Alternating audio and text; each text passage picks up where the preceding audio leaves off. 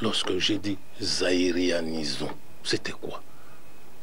Je concevais mal qu'un étranger, belge, français, hongrois, vienne s'installer ici pour revendre aux Zaïrois la bière qui sort des brasseries de Kinshasa et gagner de l'argent là-dessus, vivre là-dessus. Par exemple, dans les Wenze, petits marchés, qu'on trouve les étrangers s'occuper de ces petites et moyennes entreprises. On pouvait laisser ça aux Zaïrois. Oui, mais voilà tout. C'est ce qui se fait chez vous. Oui, le problème... Je crois que tout le monde au Zaïre a le regard braqué vers l'avenir. Et depuis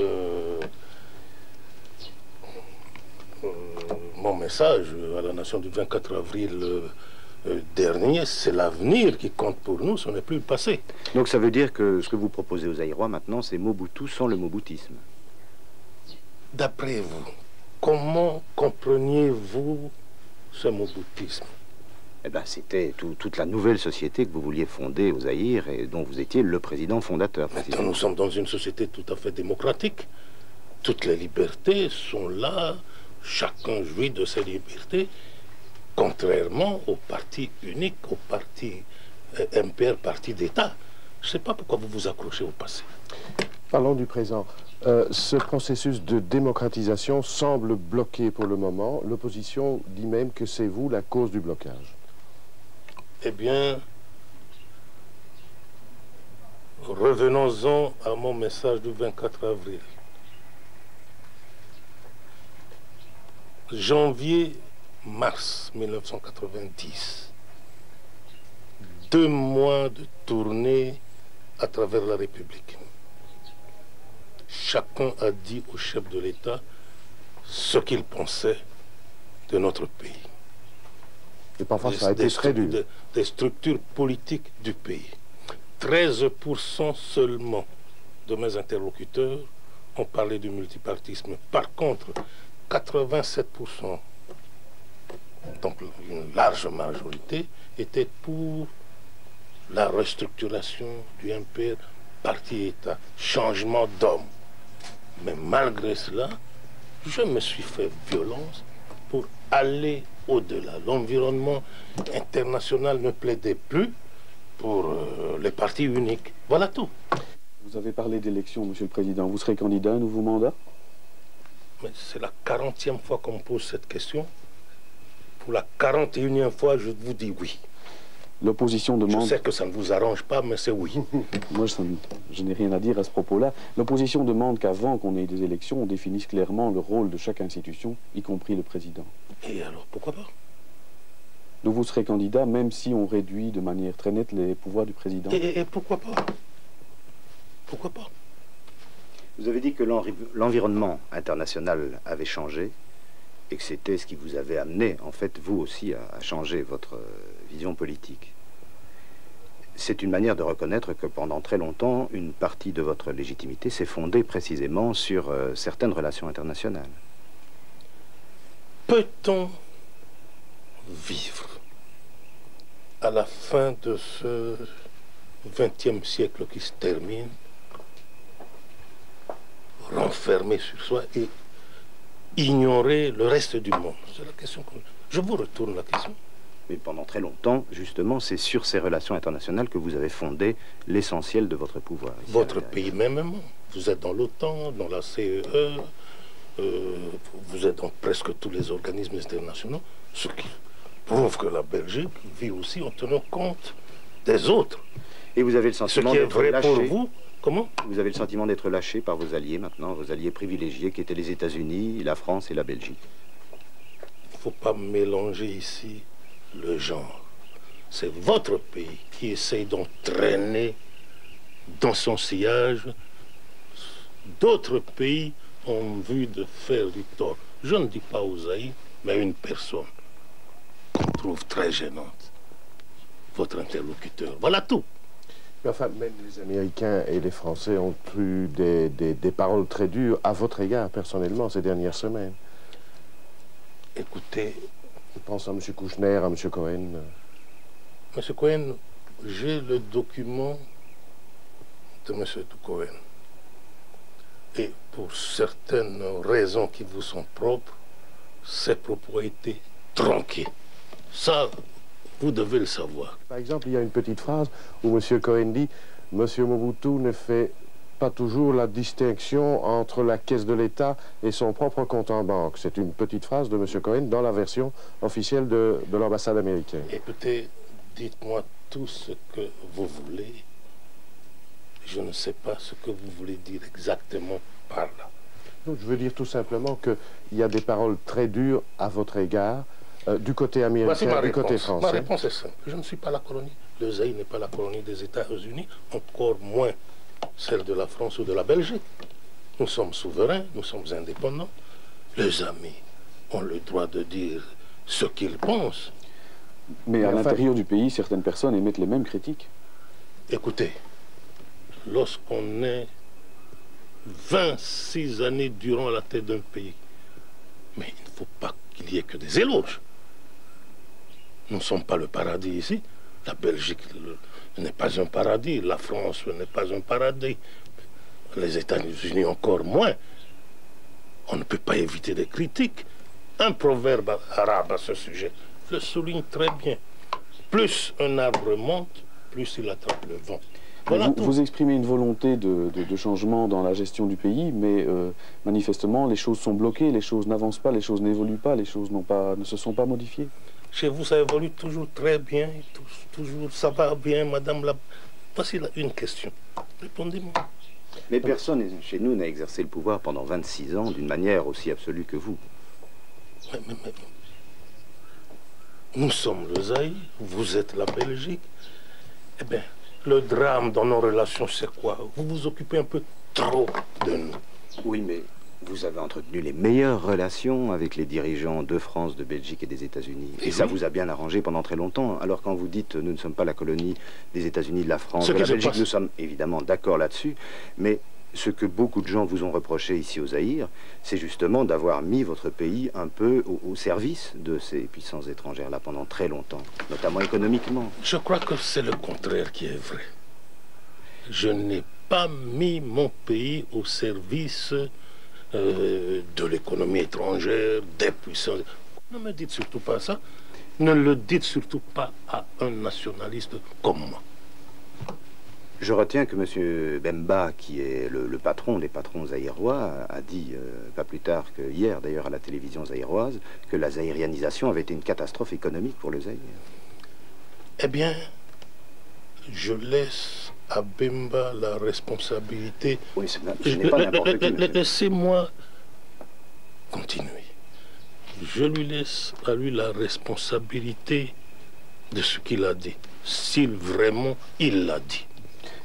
Mais vous posez des questions, il vous faut des réponses.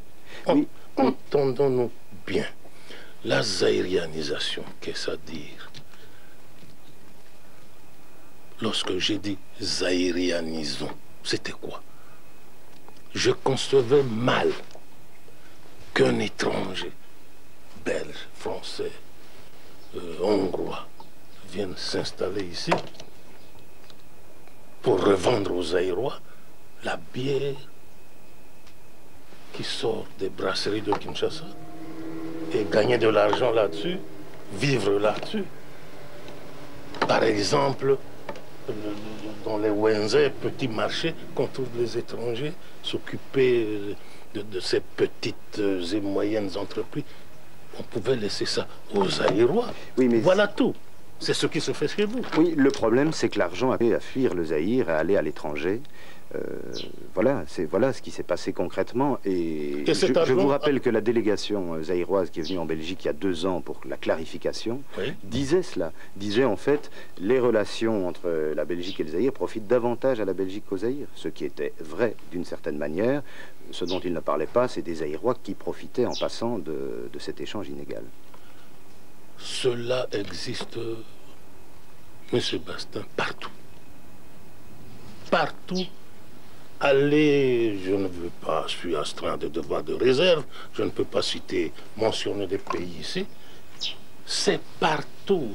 La fuite des capitaux existe même chez vous. Ça existe en France, ça existe aux Zaïre, ça existe partout. Tant que le monde restera le monde, il y aura toujours cette fuite des capitaux. Vous ne croyez pas à la morale en politique? Ce n'est pas propre aux Zaïre. Comment allez-vous faire pour empêcher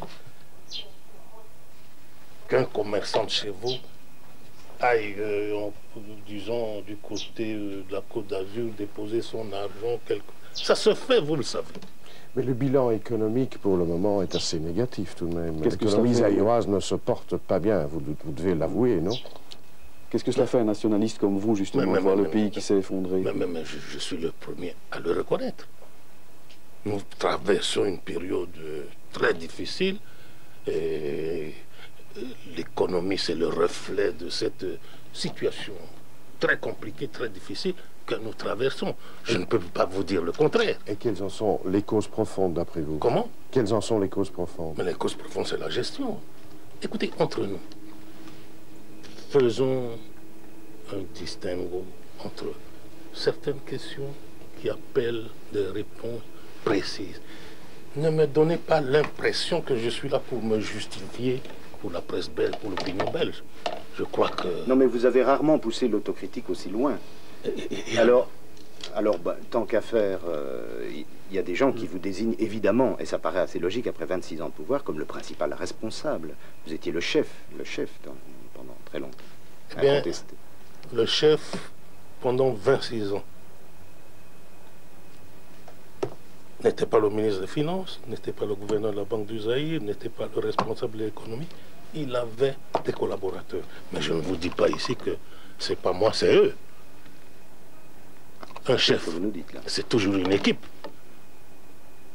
Maintenant, vous semblez me dire que vous admirez ceux qui aujourd'hui disent c'est pas nous, c'est pas moi, c'est lui. C'est pas une façon de dire, c'était nous. Ça fait longtemps qu'on entend cette critique. Hein. Les 13 en 1980, quand ils vous ont adressé une lettre, la fameuse lettre ouverte au président fondateur, avant eux-mêmes de créer l'UDPS, ils disaient tout cela déjà, en 1980. Et puis il y a eu le fameux rapport Blumenthal, l'expert du Fonds monétaire international, qui était très accusateur à votre égard, très précisément. J'arrive. Blumenthal, sa fameuse lettre, ses fameuses critiques, mais c'était pour pousser un collaborateur zaïrois qui a rédigé avec lui ce document.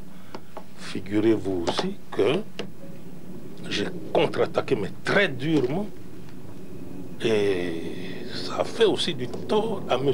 Blumenthal, fonctionnaire international du Fonds monétaire international, qui s'est permis de s'associer à un Zaïrois pour faire du tort, pour porter atteinte à l'honneur d'un chef d'État, membre dans le pays et membre du Fonds monétaire international. Monsieur le Président, comment redresser la situation catastrophique économique de ce pays? Parce que la démocratie, ce n'est pas une recette miracle. La relance du Zaïre, mon cher monsieur, aura lieu. Tout simplement parce que ce n'est pas un pays quelconque. Ce n'est pas un pays des malheureux. Mais c'est devenu un pays quelconque. Nous avons... Ça, c'est votre point de vue. C'est une question, monsieur Bastin, de point de vue. Mais nous allons nous reprendre. Nous allons relancer notre économie. Nous allons redresser la situation politique du pays. Seulement qu'on nous laisse faire. Mais qu'est-ce qui empêche que vous fassiez, Monsieur le Président? Vous dites la reprise est en cours, mais le pouvoir d'achat des gens a diminué d'une manière dramatique, les services publics ne fonctionnent plus, les services de santé sont démantelés. Qu'est-ce qui empêche que ça reprenne, comme vous dites? Ne me dites pas que les services publics ne fonctionnent plus, par exemple. Une bonne partie. Je vous dis que les services publics fonctionnent, plus les fonctionnaires ont repris. Et vous le savez. Il y a un communiqué qui sanctionne cette décision de tous les fonctionnaires du Zaïre, de la fonction publique, pour reprendre. Et cessons avec la politique, travaillons. Les dernières mesures... Retroussons-nous les manches, comme vous disiez. Comment? Retroussons les manches. Vous disiez ça déjà en 65. On en a encore besoin aujourd'hui. Nous allons retrousser les manches. Mais comment les Zaïrois peuvent-ils vous vous croire, vous entendre vraiment aujourd'hui, alors que vous disiez cela déjà il y a 26 ans. C'est un peu ça le problème. Le blocage est quand même politique. Monsieur Bastin, après cette interview, prenez un avion avec moi, circulons à travers le Zaïre. Je peux prêcher, reprendre ce que je vous dis ici. Eh bien, le Zaïrois ne me dira pas que je mens, ne me dira pas non plus que je raconte des histoires. Mais c'est ce qu'ils nous disent tous les jours. Ben, certains que vous connaissez, que vous fréquentez. Non, j'arrive, laissez-moi continuer. Lorsque la presse belge arrive, presse écrite, la télévision, on sait chez qui vous allez, on sait qui vous contactez, on sait quel milieu vous fréquentez. Nous voyons monsieur et madame tout le monde. Lorsqu'on me dit, ah, les Aïrois pensent ceci, c'est toujours les mêmes, c'est connu. Est-ce que vous lisez la presse zaïroise? Écoutez, c'est devenu même une passion chez vous. Cette passion vous aveugle, cette passion vous interdit même de connaître certaines réalités, c'est-à-dire d'être objectif. Je regarde le journal télévisé de la télévision zaïroise. J'ai été au marché, j'ai vu un reportage sur le marché. Oui. Effectivement, c'était évident pour moi comme pour le journaliste de la télévision zaïroise, la situation matérielle s'est dégradée. Il expliquait par exemple que les mesures d'hygiène les plus élémentaires n'étaient plus prises, n'étaient plus respectées et que les agents qui étaient chargés de les faire respecter ne le faisaient plus. Et vous le reprochez au président Mobutu? Non, je vous demande d'expliquer. Il devrait, selon vous, aller au marché et s'occuper de l'hygiène. Mais est-ce que vous ne vivez pas un peu trop coupé des réalités, effectivement? Contrairement à ce que vous dites et contrairement à ce que vous pensez, vous n'avez pas, j'exagère peut-être, 4-5 collègues africains qui vivent tous les jours les réalités de leur pays, comme c'est mon cas. Je ne me vante pas, et c'est vrai. Mais c'est quelque chose qu'on peut constater avec toutes les personnes qui restent au pouvoir longtemps. Il y a un certain isolement, un phénomène d'isolement qui se manifeste. Isolement, non, en ce qui me concerne. Vous avez un entourage? Je ne me suis jamais isolé des réalités de mon pays. Vous savez que lorsqu'on a fait le bilan de 25 années de pouvoir me concernant, citez-moi un seul coin de mon pays où je n'ai pas encore été. Ce n'est pas le cas de tout le monde. Ce bilan, le Premier ministre Lukoji, celui qui précédait, a dit qu'il était négatif. Totalement négatif, a-t-il dit, le Premier ministre. Totalement, globalement. Écoutez, je vais vous expliquer ce que vous ignorez au sujet de ce passage. Il ne visait pas le chef de l'État, il visait plutôt ses prédécesseurs. Et je sais ce que je vous dirai. Non, non, il parlait bien du bilan de 30 années d'indépendance. Dans ce passage, je ne livre pas ici des secrets d'État, dans ce passage, il y avait au moins 3 noms parmi ses prédécesseurs qui étaient mentionnés. Il est à Bruxelles, M. Boulumba, allez le voir si ce que je vous dis est faux ou contraire à la vérité. Donc quand il a dit que le bilan de ces 30 ans était négatif, vous ne l'avez pas pris pour vous? Il y avait des noms qui ont été finalement biffés. Alors le bout de phrase est resté. C'est ça la vérité. La stricte vérité, la vérité vraie. Voilà tout. Et votre nom n'était pas sur la liste? Comment? Et votre nom n'était pas sur cette liste? Mais je suis responsable comme tout le monde. Le premier responsable. Je ne suis pas du genre de ceux qui peuvent dire c'est eux, c'est pas moi. La plupart de vos intellectuels vous disent ah, c'est lui, c'est pas nous. Moi, je vous dis, c'est nous. À commencer par moi.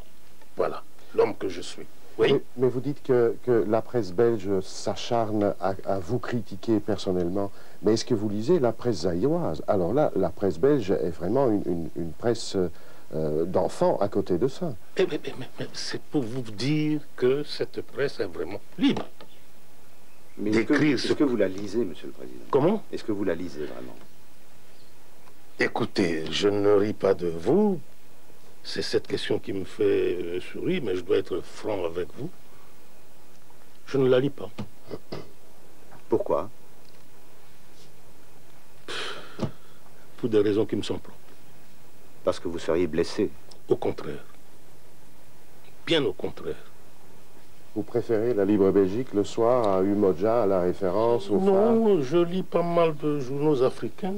Je suis abonné, mes services sont abonnés à toute cette presse qui arrive d'Europe, des États-Unis, traduit même la presse flamande, traduite à mon intention et tout.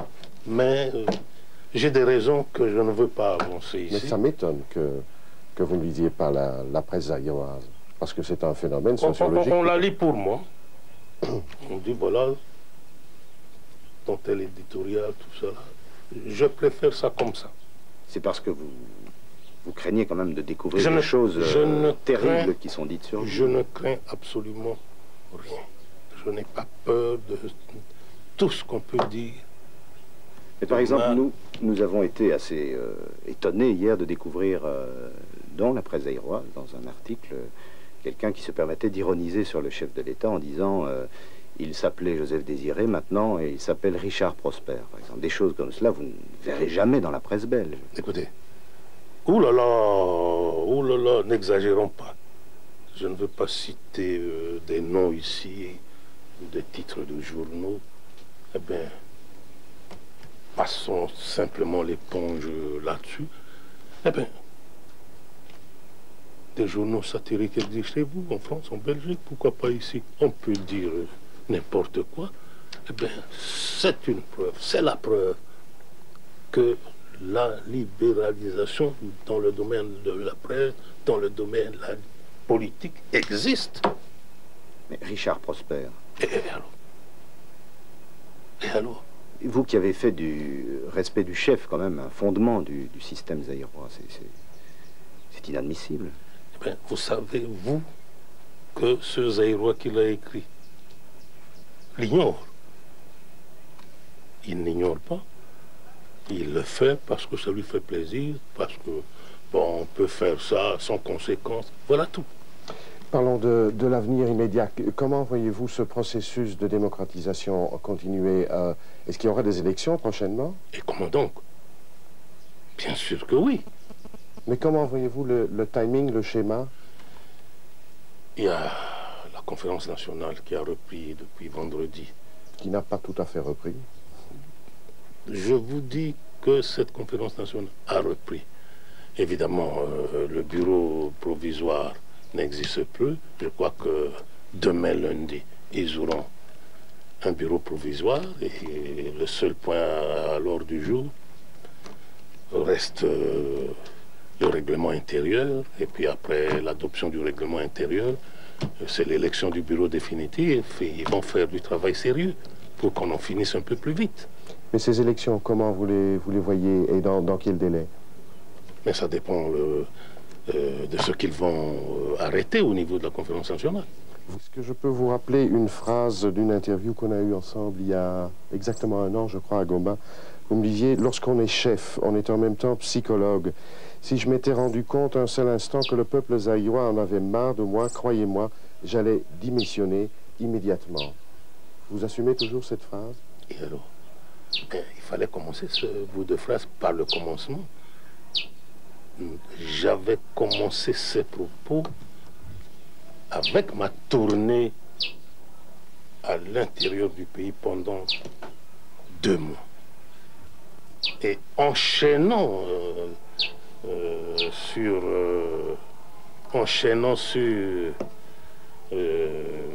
cette tournée, je vous ai dit que pendant ces 2 mois de tournée, si je m'étais rendu compte un seul instant, parce qu'un chef doit être psychologue, il doit lire dans les visages de ceux qui le rencontrent, de ceux qui lui parlent, s'ils sont encore avec lui ou pas. C'est ce que je vous dis. Et je maintiens ces propos dans leur intégralité. Depuis lors, il n'y a pas eu un instant... Je fais toujours, moi, mon cher ami, la part des choses entre le peuple, voilà, qui chante là, qui sait que, parce qu'on voit le drapeau présidentiel, il est à bord. Et ce peuple, ce n'est pas moi qui suis allé demander aux passagers du bateau, applaudissez, chantez pour le chef.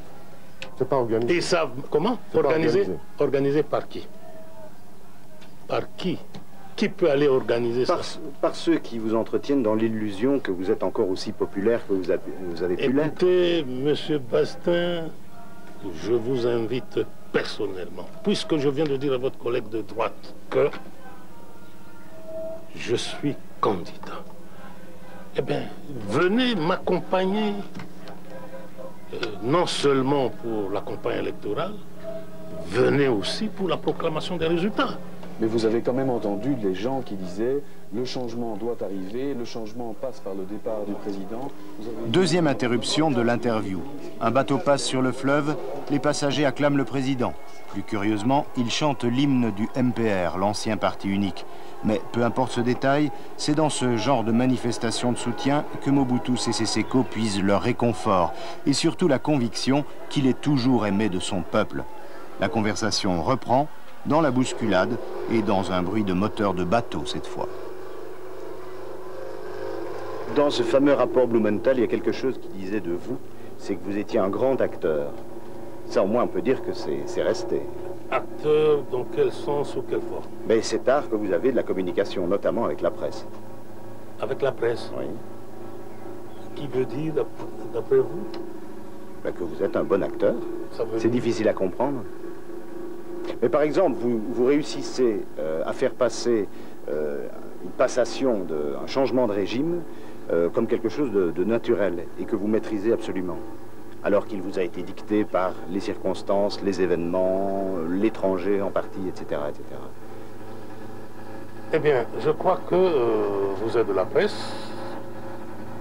En me posant cette question, vous savez ce que vous voulez dire exactement. Mais le chef de l'État que je suis, dire de moi-même que je suis un acteur. Moi, je travaille, je fais ce que je fais. Et aller jusqu'à penser que je le fais comme acteur, ça c'est... Aussi comme acteur. C'est vous qui le dites. Assumez vous-même la responsabilité de vos propos. Alors, est-ce qu'on peut revenir à la situation politique actuelle, aux événements récents? Vous avez reconnu que la situation était grave. Ça justifie, aux yeux de beaucoup, un minimum de recherche d'entente nationale, de consensus, etc. Or, on s'est aperçu qu'après 2 jours d'exercice du pouvoir par M. Tshisekedi, vous l'avez démis de ses fonctions. On s'interroge là-dessus, on ne comprend pas très bien pourquoi. Alors qu'il semblait qu'un climat de confiance semblait déjà se rétablir dans le pays. Vous avez cassé ça en le révoquant.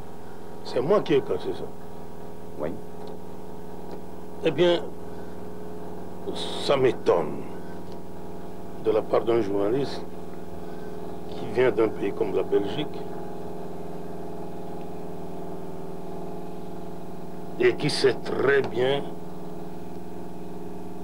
qu'il faut un minimum, je dis bien un minimum dans les rapports entre le chef de l'État et son Premier ministre.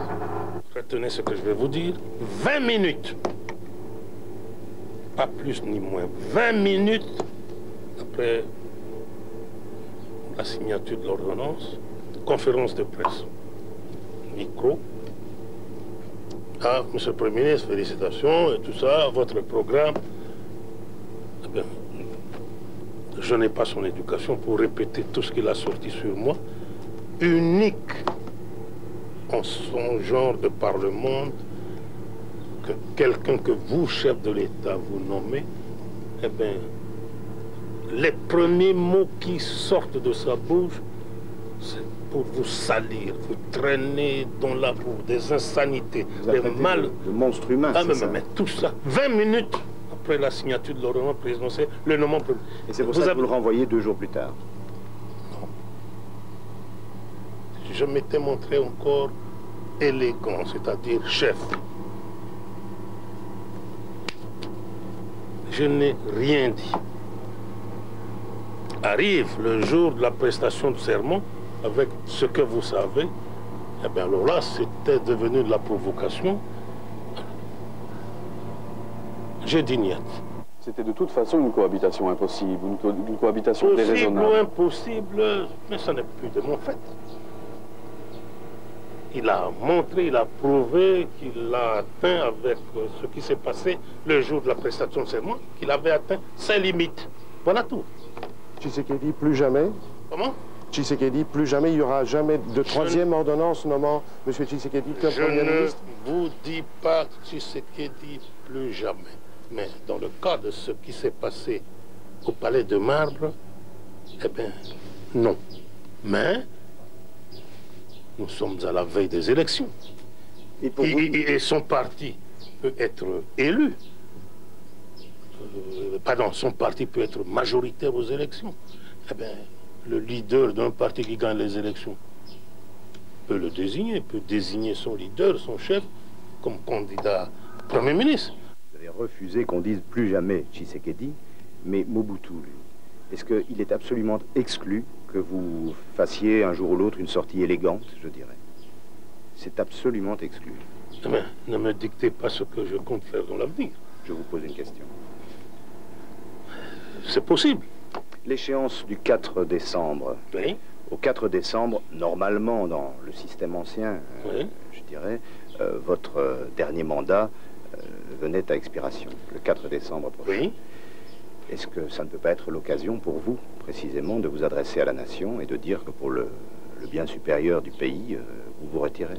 Je peux le faire si ça vient de moi, mais pas sous la dictée de qui que ce soit, comme vous le faites, comme vous me le proposez. Mais vous y avez songé. Parlons d'abord du 4 décembre, qui vous paraît, qui vous semble une date fatidique. Non. Non. Il s'agit, pendant la transition que nous traversons, d'une constitution de la Deuxième République, bien entendu, mais révisée. Entendons-nous bien. Et on annexe à cette constitution révisée, vous avez les dispositions transitoires qui, en leur article 4, stipulent que le chef de l'État, en fonction, reste en fonction jusqu'à l'élection de son successeur. C'est clair. Vous connaissez cette disposition transitoire. Bien annexée à la sûr, mais c'est Constitution. peut-être pas tout à fait le moment de faire du juridisme. Il y a aussi un problème de confiance Je ne politique. fais pas du juridisme. La confiance est un facteur très important dont il faut tenir compte. Et ce facteur ne peut intervenir que lorsqu'on ira devant les électeurs. Ce n'est pas à moi ni à vous de prédire ce qui va arriver. Voilà. Donc, le paradoxe étonnant quand même de ce processus de démocratisation qui est en cours, c'est que ça prolonge votre présidence d'une manière indéfinie. Eh bien, ce n'est pas à cause de moi. S'il s'agissait que de moi, on serait déjà loin. Loin, loin, loin, loin. Ces dernières semaines, vous avez subi des pressions énormes du côté de Français, Belges et États-Unis pour quitter la présidence? Écoutez, mon cher ami, j'ai ma conception de l'indépendance et de la souveraineté d'un pays. Et dans les termes de mon serment constitutionnel, vous trouvez ces deux mots. Mais on en revient au début de notre conversation. Vous parlez d'indépendance et de souveraineté. Ce que beaucoup vous reprochent maintenant ici au Zaïre, c'est d'avoir justement bradé cette indépendance et cette souveraineté. Ah bon? Ben oui. Ça, c'est Bien sûr. nouveau. Ah non, cette économie extravertie, ce qu'on reproche quand même largement aux dirigeants du Zaïre, c'est d'avoir laissé l'étranger continuer à pomper les richesses du Zaïre et eux-mêmes à s'enrichir par cette méthode. C'est quand même tout le temps à cela qu'on Je en revient, ne dis Monsieur pas le que Président. vous avez tort, je ne dis pas que vous n'avez pas raison, mais je crois qu'avec les changements qui sont vus, qui sont en cours, eh bien, tout sera à revoir, de fond en comble. Vous êtes optimiste pour l'avenir de votre pays? Bien sûr que oui. Lorsqu'on est le Zaïre, lorsqu'on a la dimension de notre pays,